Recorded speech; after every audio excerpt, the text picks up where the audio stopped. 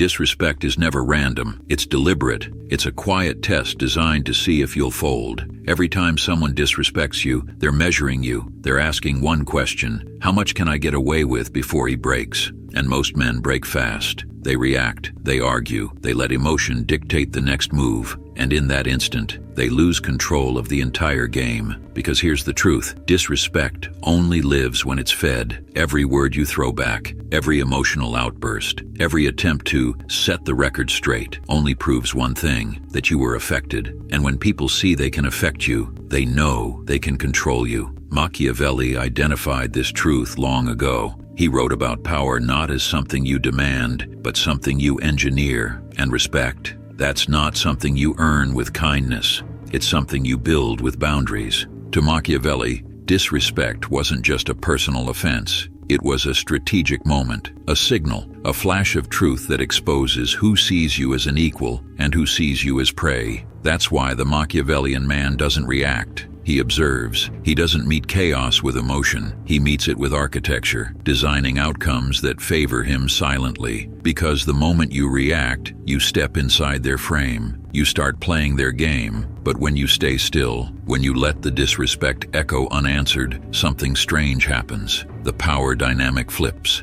Your silence becomes heavier than their words. They start to overthink. They wonder if you didn't hear them, or if you're planning something worse. And that uncertainty is power. Machiavelli once wrote, "Men must either be caressed or annihilated." What he meant was simple. When you deal with disrespect, there's no middle ground. You either forgive completely, without emotion or resentment, or you erase the problem entirely, but you never half react. You never show that they got to you. Because in the art of power, emotion is blood in the water. When someone disrespects you, you don't fight, you study. You look at their motive. You ask yourself, why now? What do they gain from this? What are they trying to prove? Because most disrespect comes from weakness disguised as strength. It's not about you. It's about them trying to test their relevance against your calm. That's why silence is not weakness. It's the purest form of dominance. It says, you're not even worth the energy to destroy. And that burns deeper than any insult. People expect you to react. They need that validation to feel powerful. When you deny them that reaction, you deny them identity. They start to spiral, questioning what you're thinking, what you'll do if they've gone too far. You've turned the situation from offense into uncertainty, and uncertainty always wins, because fear of the unknown is stronger than fear of confrontation. Machiavelli would call this psychological warfare, the art of control through stillness. You don't have to attack to dominate. You just have to make your presence so calm, so unshaken, that it feels like judgment itself. When you respond emotionally, you expose your weaknesses, you show your triggers, you reveal your values, and once people know what provokes you, they own you. But when you stay composed, unreadable, they're left blind. That's how you win without lifting a finger. Stillness is not passivity, it's stored chaos. It's a sword sheathed, not because you can't strike, but because you choose not to yet. That patience terrifies people. It reminds them that your silence isn't surrender, it's control. Think of the most dangerous men in history, the ones who ruled without shouting. They didn't waste words. They used silence like a blade, because silence creates space, and in that space people project their fears. The Machiavellian man knows this. The less you explain, the more others imagine, and what they imagine is always darker than what you could ever say. That's why when you're disrespected, you don't rush to prove yourself. You disappear into your calmness. You let your silence do the bleeding. Your presence becomes the punishment. Your composure becomes the threat. But make no mistake, silence alone isn't enough. It must be backed by potential. Your calm must feel dangerous, not passive, because passive men are ignored, but calm, capable men are feared. Machiavelli warned that a prince must never be loved more than he is feared, because fear keeps people alert, respectful, cautious. Love fades, but fear remembers.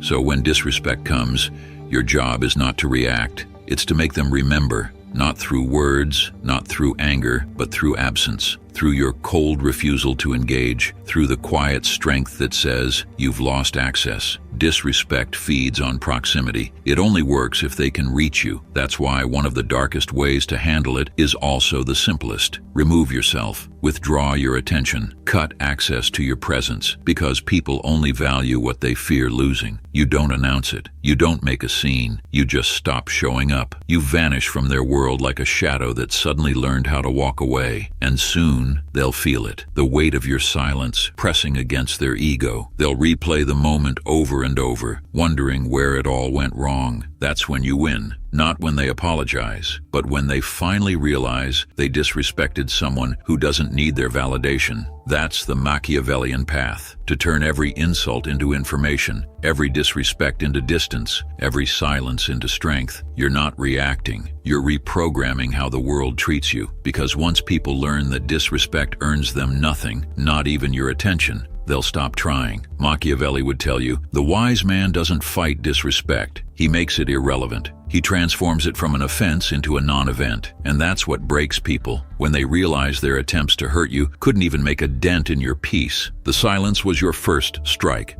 But silence alone is never the end. It's only the beginning of control. Because once you stop reacting, once you take away their power to provoke, the game changes. Now the offender stands exposed, naked, confused, and waiting for a reaction that never comes. And that's when you decide how the story ends. Machiavelli believed every insult, every act of defiance carries within it a choice. Do you neutralize or do you annihilate? Mercy or message? The wise man doesn't choose emotionally, he chooses strategically. Because sometimes the most Machiavellian move isn't to destroy your enemy, it's to let them destroy themselves under the weight of your indifference. That's the beauty of control. You never fight battles that don't benefit you. You conserve your energy for when the strike will echo. Most people react because they want closure. They want to feel right. But power doesn't care about closure. Power cares about position. And the man who can stay silent long enough to reposition himself, emotionally, socially, and psychologically, becomes untouchable. The Machiavellian response to disrespect isn't revenge, it's reformation. You reform your image, your habits, your circle, your energy, until the person who disrespected you can't even recognize who you've become. Because true vengeance isn't proving them wrong. It's proving that their disrespect was a turning point, not a wound. You don't chase their apology, you become their regret. Let's be clear, forgiveness doesn't mean weakness. Machiavelli knew that mercy, when used properly, can be a form of dominance. When you forgive without emotion, you show that the insult didn't even pierce your skin. When you move on without retaliation, you remind them that their opinion is irrelevant to your evolution. And that realization, that they never had power over you, cuts deeper than any revenge. But sometimes silence isn't enough. Sometimes an example must be made. Machiavelli wrote that injuries should be inflicted in such a way that one does not fear revenge. Meaning, if you're going to retaliate, make it decisive, surgical, final, not out of anger, out of order. You don't argue.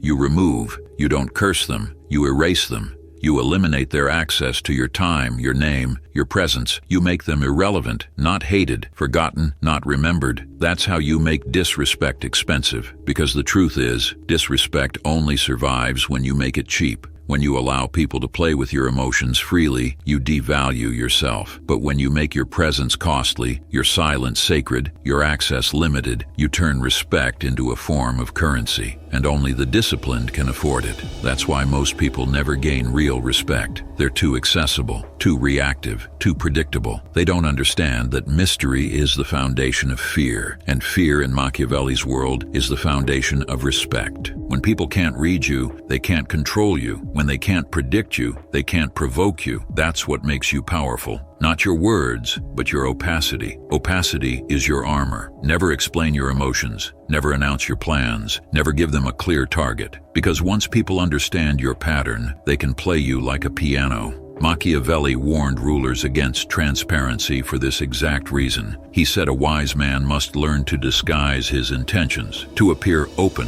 while thinking in shadows. Because deception isn't always lying. Sometimes it's just withholding truth from the unworthy. And that's how you handle disrespect when silence no longer suffices. Through controlled unpredictability. You make them question whether they overstepped. You make them wonder if their words reached too far. You don't explain. You let paranoia do the punishment. Because the mind is a better battlefield than the tongue. Here's the dark psychology behind it. When someone disrespects you and you stay silent, they feel tension. But when that silence is paired with unpredictability, with sudden detachment, new success, or complete disappearance, their imagination turns against them. They start to see you everywhere, in the success they can't reach, in the peace they can't feel, in the silence that reminds them they no longer matter. You've now become the ghost in their head, and ghosts are harder to fight than men. That's what Machiavellian revenge truly looks like. It's not blood, it's absence. It's the silent domination of your enemy's thoughts while you move higher, colder, and calmer than ever before.